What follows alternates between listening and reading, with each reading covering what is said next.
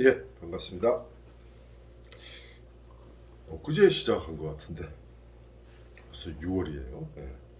6월 2일 강의 영상입니다. 이번 주부터 한 작품만 하기로 했잖아요. 다들 올려주셨는데 더나라 작품이 좀 조금 길어요. 200자 원고지로 뭐 120매 정도 길죠. 단편 소설치고는 길다고 그러는데 근데 사실 요즘 단편 소설이 보통 이 정도 길어요. 이게 지난번에 언제 얘기한 것 같은데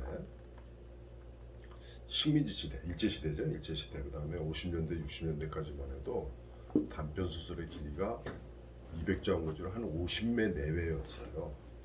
여러분들 제가 저 소설 창작 강의하면서 자주 인용하는 작품이 김동인의 감자하고 이효석의 메밀꽃 필무렵이거든요. 그리고 이제 거기에 들어서 이제 황순원의 소나기를 같이 곁들이면서 인용을 많이 하는데 그렇게 제가 예를 든 작품 그 세 작품이 다 200자 원고지로 50매가 안 돼요. 그 정도로 단편 소설은 짧아요. 그래서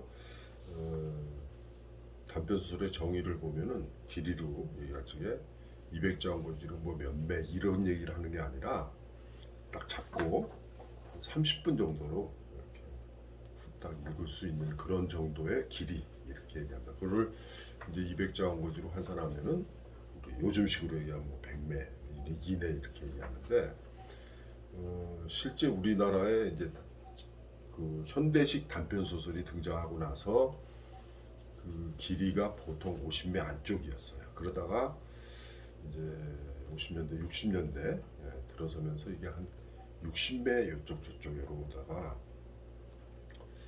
70년대, 80년대 들어서 이게 80매 정도로 늘어나요. 그러다가 90년대 들어서면서부터 이제 거의 이제 100매 정도 됐는데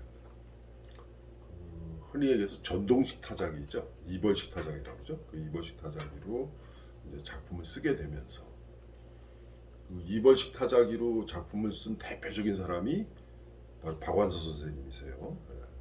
박완서 선생님은 이벌식 타자기로 이제 작품을 쓰셨고 그리고 이제 90년대 이후에 이제 등장하신 신세대 작가들은 거의 다 컴퓨터로 하죠.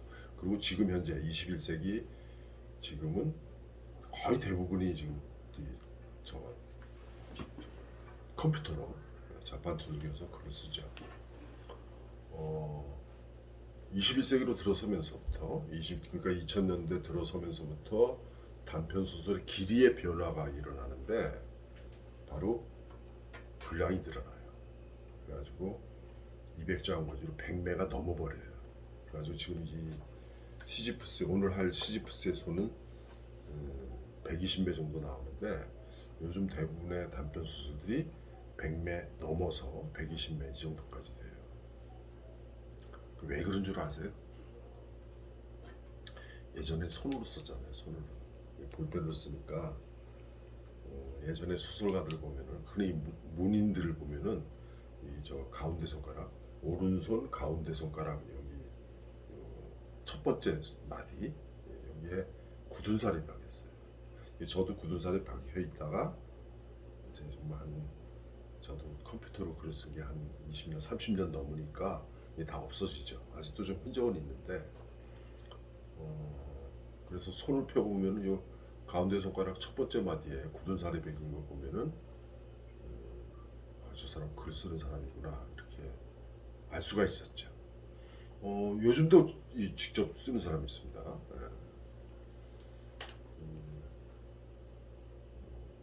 카르의 노래인가? 그 다음에 뭐 남한산성 그것은 김훈이라는 작가 있어요. 휘문고등학교 출신데 그분은 원래 기자였던 분인데 그 김훈이라는 그분도 손으로 써요. 그리고 여러분도 잘 아는 그 김홍신 그분도 아직도 손으로 씁니다. 그리고 얼마 전에 돌아가셨지만 최인호 선생도 직접 쓰죠. 아 그리고 태백산맥 쓰신 조정래 선생님도 아직도 손으로 쓰세요. 아직도 손으로 쓰시는데 저만 해도 처음에 이제 볼펜으로 쓰다가 이제 공부를 하면서 논문 쓰면서 이제 컴퓨터를 알게 됐고, 그리고 지금 이제 글을 쓴다고 하면 뭐 그냥 컴퓨터로 다 작업을 하는데, 이렇게 21세기 들어서면서부터 대부분의 작가들이 컴퓨터를 활용하게 되는데, 컴퓨터를 활용하면서 특징이 뭐냐면은 분량이 점점 늘어나요. 왜요? 네. 컬트 C, 컬트 V 복사해서 붙이기, 이게 가능하고, 그래서 소설 초를 컴퓨터로 써놓고 지울 거 지우지만 구성을 새로 할 적에 어느 부분을 복사해가지고 잘라내기 해가지고 어디다 갖다 붙이면 돼요. 그리고 뒤에 거를 또 잘라내기 해가지고 앞에다 갖다 붙이고, 이게 편집이 자유로워지고, 그런 만큼 수정 보완하는 작업이 이제 수월하다 보니까 분량이 조금씩 늘어나요. 그래서 뭐 하다 보면은 예를 들어서 저 200자 원고지에다가 무슨 글을 쓰는 걸 수정을 하려면은 저걸 해야 돼요. 저 이렇게 저 원고 수정 표시를 해가지고 원고 교정부를 넣어가지고 다 고쳐야 되는데, 저 컴퓨터로 쓰기는 그게 필요 없잖아요. 그래서 분량이 늘어납니다. 얘기하다 보니까 뭐 별 얘기 다 해버렸네. 어쨌거나 지금 오늘 할 이 시지프스에서는 작품이 좀 길다는 거. 그런데 제 생각에는 이 작품도 한 80매 정도로 확 줄였으면 좋겠어요. 저 개인적인 욕심은. 물론 지금 여기 저 발제원 하신 분이나 감상 올려주신 분들 대부분이 다 작품이 좋다라고 말씀하시지만, 저는 첫 번째 불만은 군더더기가 너무 많다. 그래서 한 80매를 확 줄였으면 좋겠고, 또 하나는 나중에 이제 두 번째 영상에서 이제 말씀드리겠지만, 경험담, 이 글을 시지프스에서 읽어보신 분들은 알겠지만 제 생각에는 이건 전부 경험담이에요. 이거 잘 알지 못하면 이렇게 못 씁니다. 그러니까 비트코인, 그 다음에 이 소설 속에 나오는 소설 속의 등장인물인 석구의 어떤 삶, 그리고 비트코인 이제 투자하고 이제 값이 이제 오르락내리락 하는 그 모습, 그것을 직접 해보지 않은 사람이라면 이거를 못 썼을 거예요. 그런데 우리가 저 글을 쓸 적에 제가 처음에 그런 얘기를 했죠. 소설 쓸 적에 가능하면 자기 자신의 얘기를 써라.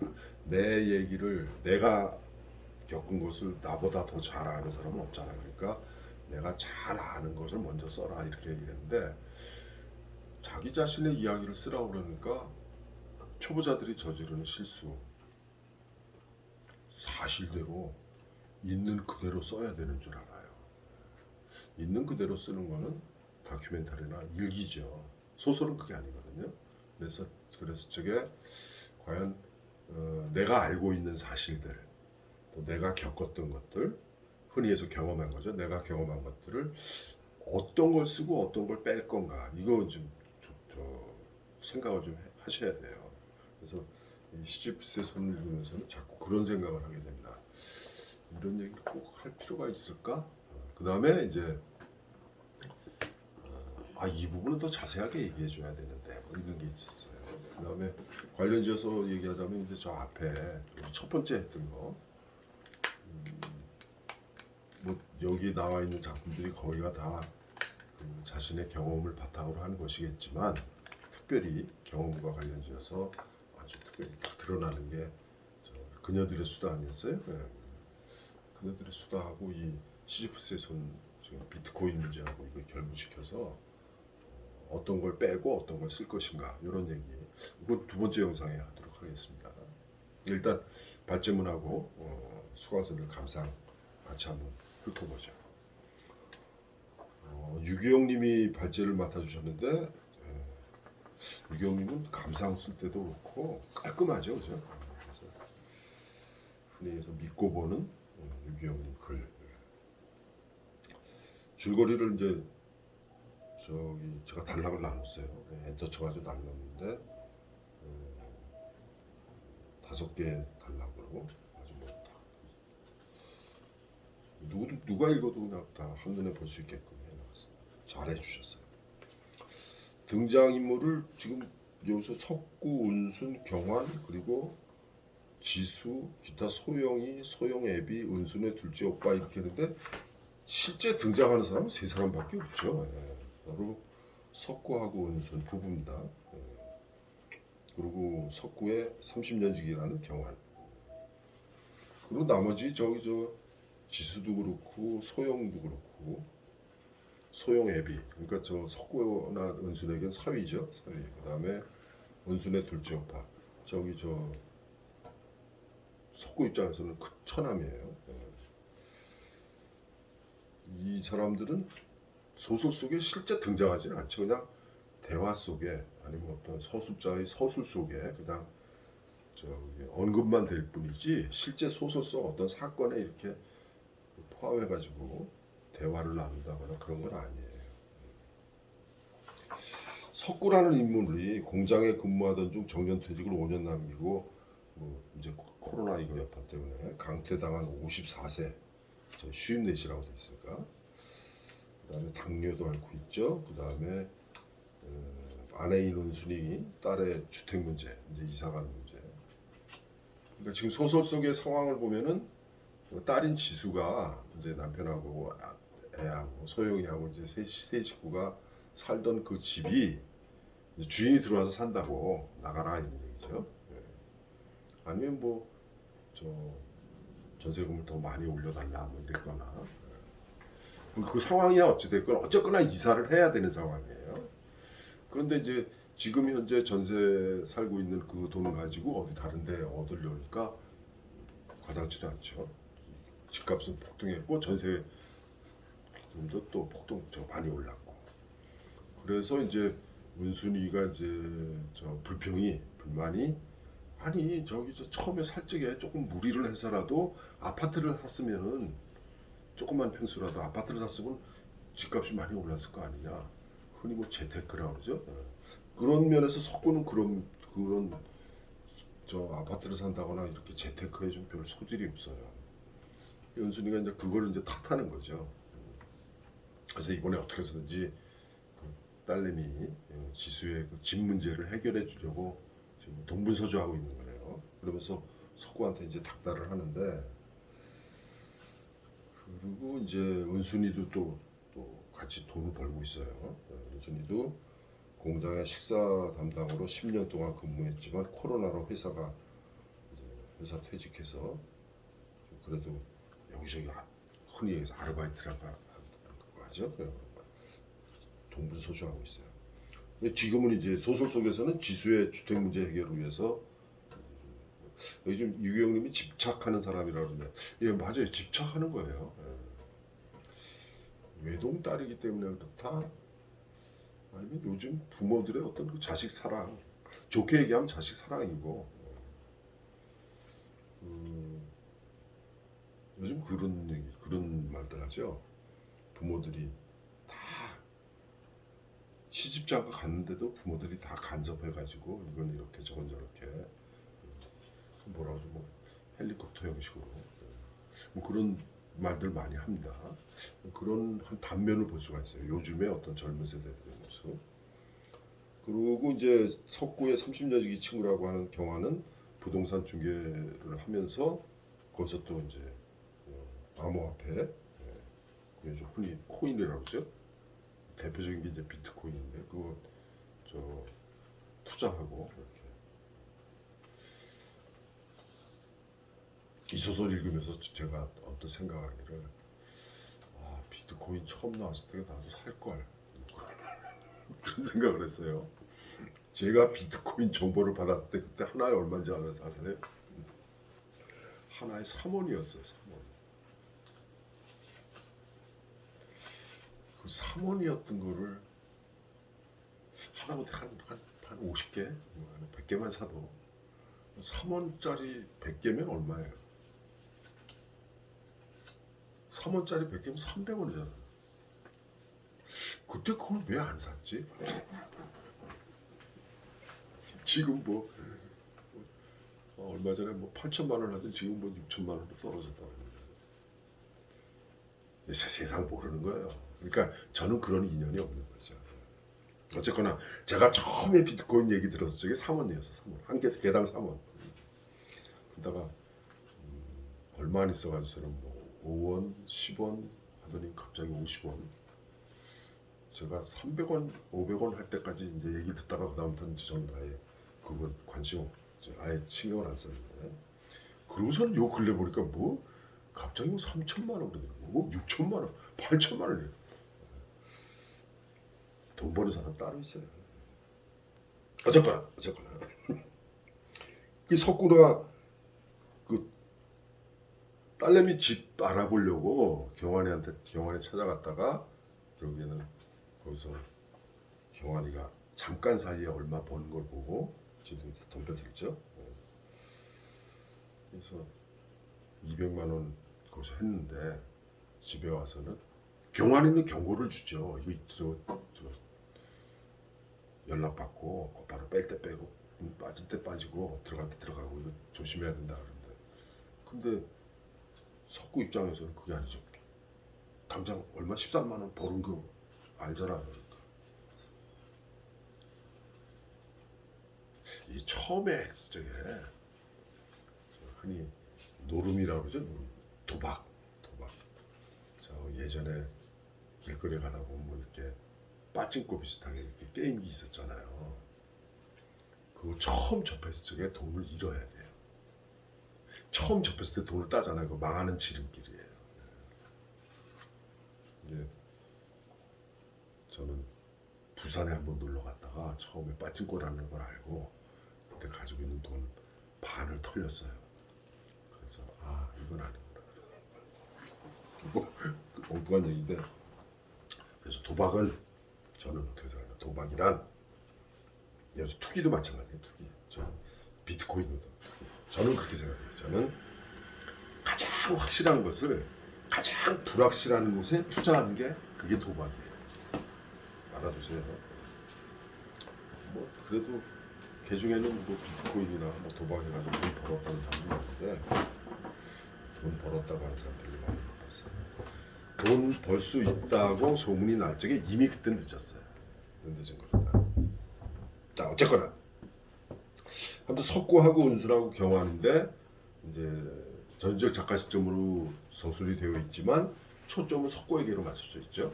그래서 이제 소설을 읽다 보면은 이거 혹시 1인칭 시점 아닌가? 1인칭 시점인데 자꾸 석구 이렇게 말인 인물 이름이 나온다. 어색하게 느끼는 그런 사람도 있었을 거예요. 그리고 그만큼 1인칭 시점의 그 장점하고 전지적 작가 시점의 장점이 착 결합을 해가지고 어떻게 읽으면 1인칭 시점 같이 느끼는 그런 부분이 있어요. 그게 왜 그러냐면은 저는 시점이라는 말보다 이제 거리라는 말을 하는데 즉 인물하고 독자하고 그 다음에 서술자하고 그 거리를 저는 얘기한다. 그 뭐 저 소설 속에서 그런 어조 뭐 그다음 뭐 그 시점 이렇게 되는데 나중에 이제 시점을 다시 한번 이렇게 잘 설명을 할 제가 말씀드릴 기회도 있지만 저는 시점이라는 말보다 이 거리라는 말을 써요. 거리. 이 거리는 누구하고 거리냐면은 소설 속에 인물이 있잖아요. 인물. 그 다음에 사건이 있어요. 사건. 이거를 서술자가 요거를 받아가지고 요거를 받아서 서술자가 누구에게 독자에게 전달해 주는 거예요. 그러면 서술자가 인물 사건을 독자에게 전달해 줄 때 이때 서술자와 독자가 어느 정도 가깝게 있느냐 이런 얘기죠. 그러니까 예를 들어서 지금 뭐 우리 이게 저 강의실에서 하는 거면 제가 이렇게 시범을 보이겠는데 예를 들어서 요게 인물이라고 쳐요. 요게 등장인물이라고 쳐요. 그럼 요게 등장인물인데 등장인물은 저기 있어요. 저기 있고 그리고 요거는 독자예요. 독자는 여기 있고 그럼 이렇게 삼각형으로 이렇게 될 거 아니에요. 그런데 서술자인 내가 독자에게 가까이 붙어버리는 거야. 야 저기 좀 봐. 이렇게 되는 거죠. 무슨 얘기인지 알겠어요? 그러면은 서술자하고 독자하고 거리가 가까운 거죠. 근데 독자는 여기 있어요. 근데 이 사건이나 인물 아주 가까이 가가지고 저 독자한테 야 독자 여기 좀 봐. 여기 좀 봐봐. 여기 좀 봐봐. 그러면서 가까이에서 사건과 인물을 독자에게 전해주는 거죠. 이런 거 차이가 굉장히 많이 나요. 그게 이제 흔히 해서 거리 시점이라는 걸로 이제 표현을 해서 설명을 하는데 사실은 이런 관계를 알아야 돼요. 요 관계를. 그래서 서술자하고 인물하고 어느 정도 가까운가, 서술자하고 독자하고 어느 정도 가까운가. 요건 떨어져 있는 거죠. 요건 항상 떨어져 있어요. 요거는 인물하고 사건 이것이 독자하고 가깝게 있지는 않아요. 그런데 인물 사건 그리고 서술자 독자 요 삼각형이 어느 쪽으로 가깝게 붙느냐, 요게 가깝게 붙느냐, 요게 가깝게 붙느냐에 따라서 서술 태도도 달라지고 독자가 받아들이는 것도 달라져요. 그렇잖아요? 아까 얘기했듯이 저 사건은 저기 있고 인물이 저기 있어요. 근데 여기서 소술자가 석구한테 탁 달라붙어가지고 저기 좀 봐봐. 이렇게 되는 거거든요. 그러니까 지금 이 소설 속에서 석구라고 하는 인물하고 전지적 작가하고 딱 붙어 있어요. 그러니까 어떻게 읽으면은 그냥 석구가 자기 자신의 이야기를 독자들에게 서술하는 것처럼 느껴지는 부분들이 굉장히 많아요. 그러다 보니까 어떤 분은 1인칭 시점이라는 지적을 했어요. 예.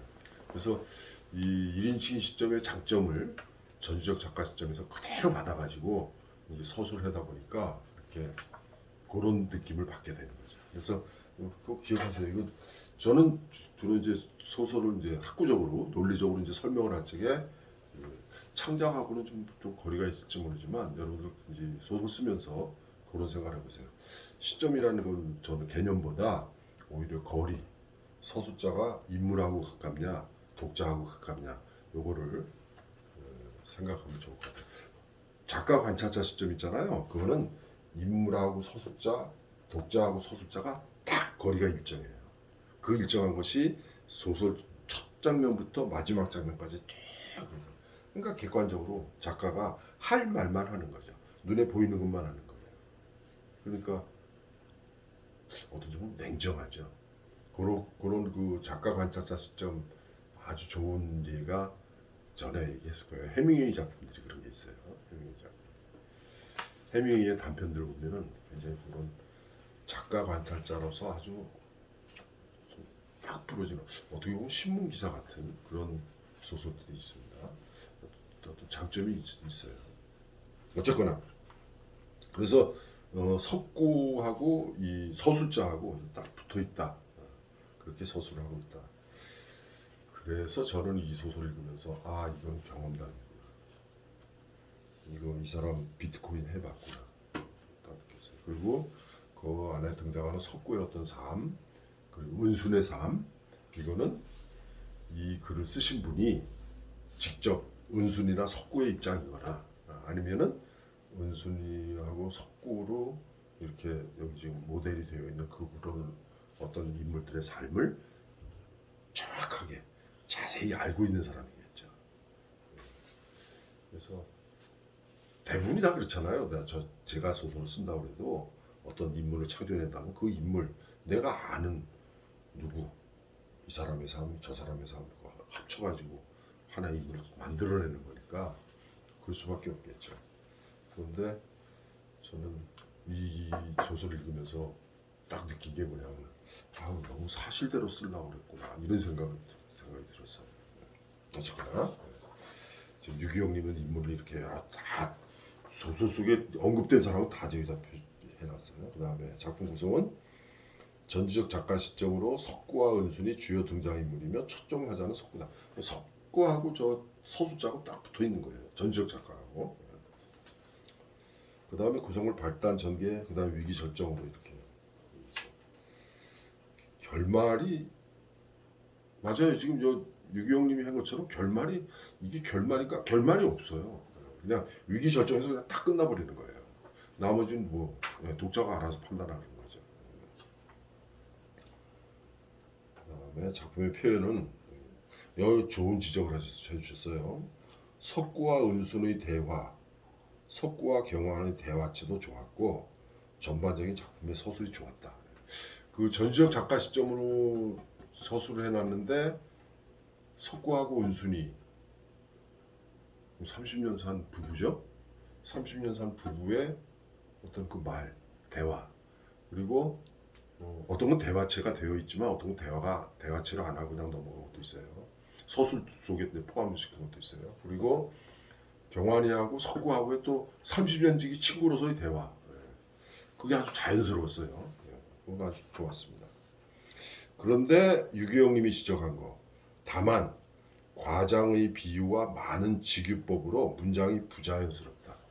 이건 뒤에 가면 이제 어떤 다른 수강생도 지적을 하고 있는데, 이게 뭐냐면은 우리가 흔히 비유라고 할 적에 비유, 뭐 직유다, 은유다 뭐 이런 얘기가 아니라, 그거 구분해서 하는 게 아니라 소설 속에서 비유예요. 소설 속 비유.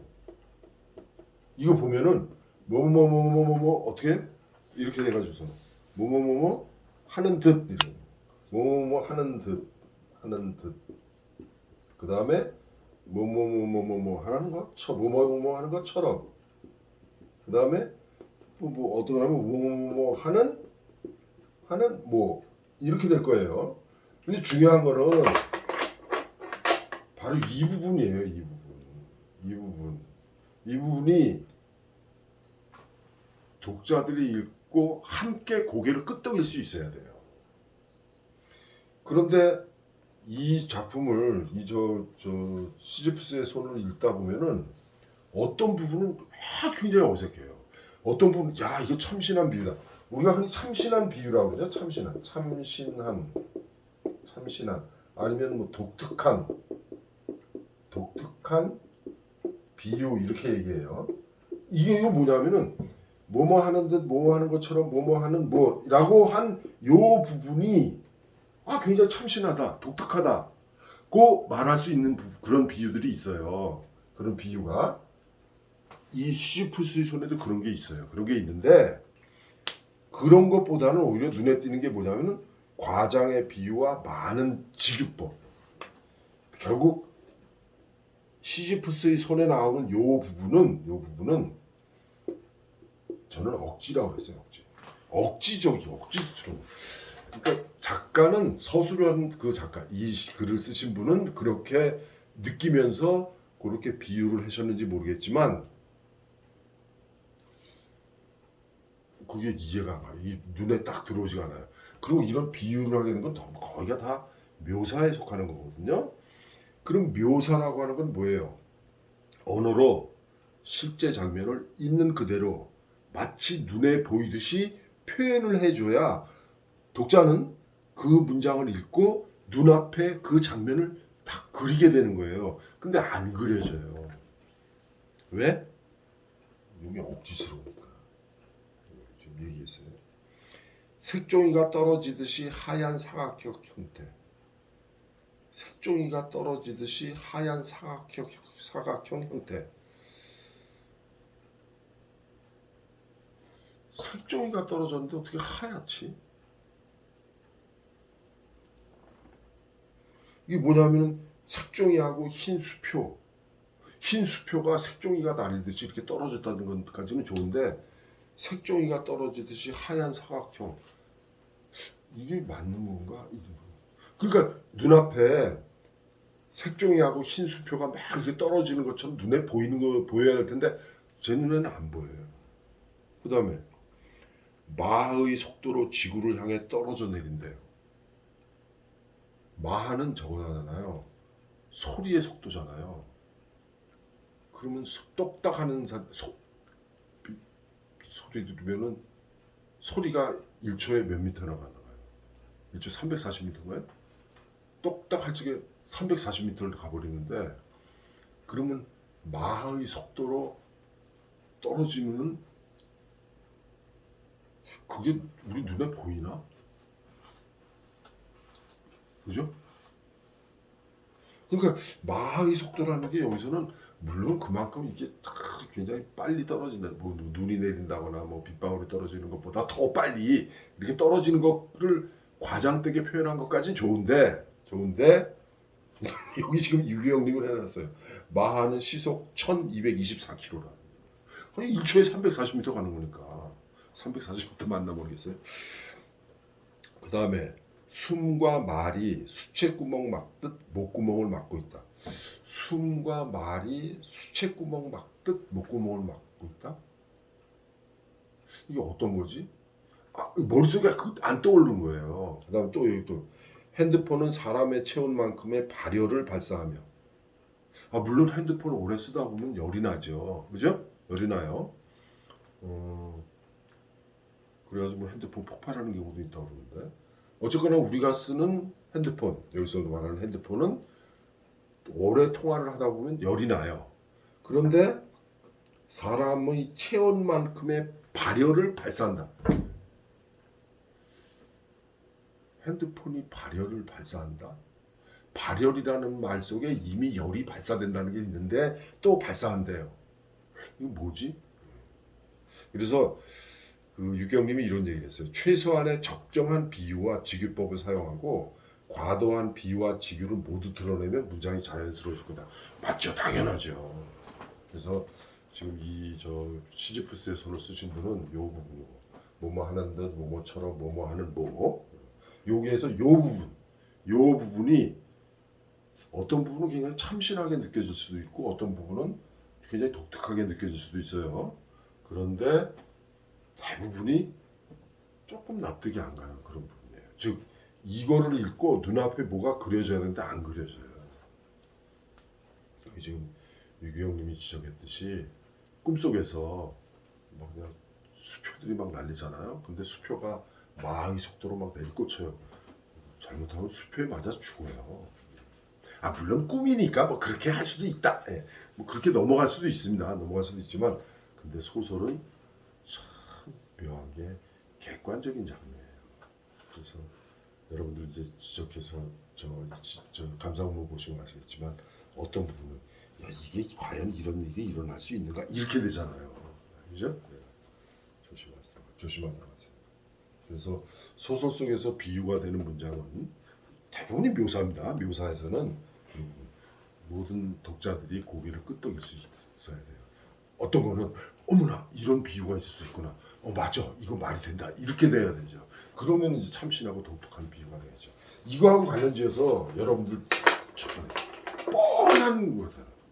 우리 많이 쓰는 거 뭐 꿀 먹은 벙어리, 꿀 먹은 벙어리 이런 말 많이 쓰죠. 꿀 먹은 벙어리 이런 거를 뭐라 하냐면은 죽은 비유라고 그래요. 죽은 비유. 이거 이제 클리셰라고 그러는데 클리셰. 우리가 진부한 표현이라고 그러죠.